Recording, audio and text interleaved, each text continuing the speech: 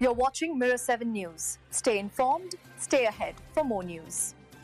So here's a story that might sound unbelievable, but it's very real. For 2 decades, from 2001 to 2021, Canadians were quietly paying too much for something as basic as bread. According to the Competition Bureau, prices were inflated by at least $1.50 per loaf, all because of a price-fixing scheme that became known as the bread cartel. And now, after years of lawsuits and negotiations, the time has come for consumers to claim some of that money back. Here's how it works.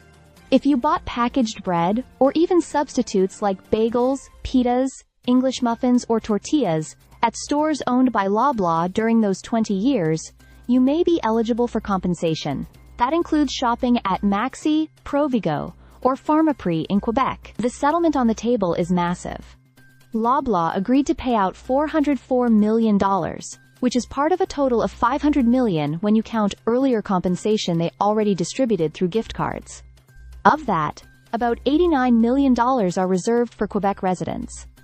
The process has been made fairly simple. New proof of purchase is required, which makes sense since no one hangs onto grocery receipts from 20 years ago. People can go online to the official claims site and submit a request, but it must be done before December 12th. After that deadline, the door closes. Payments will be sent through Interact transfers handled by a company called Concelia, so it's important not to ignore or delete those emails when they arrive. This won't be a scam. Now, there has been some buzz about whether individuals could really walk away with up to $100. That figure was mentioned in court, but the final amount depends on how many people actually file a claim.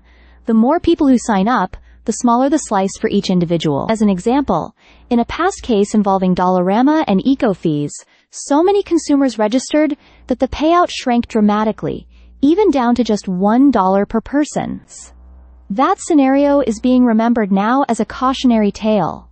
Still, even if the exact figure isn't guaranteed, the chance of receiving a meaningful reimbursement is very real. Those who already benefited from Loblaw's earlier $25 gift card program will see that deducted from their share, while others may get a little more. Of course, legal fees and administrative costs.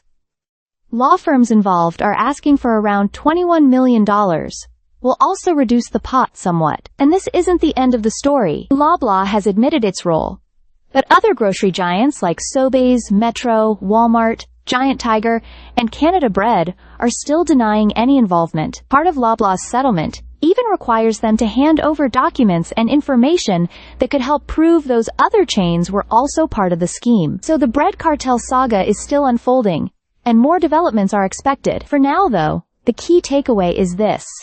If you bought bread in Canada between 2001 and 2021, you may be owed money. It's quick to register, the deadline is firm, and the payout, whatever the final amount, will be a small but symbolic win for everyday shoppers who unknowingly overpaid for years. Stay subscribed for more videos.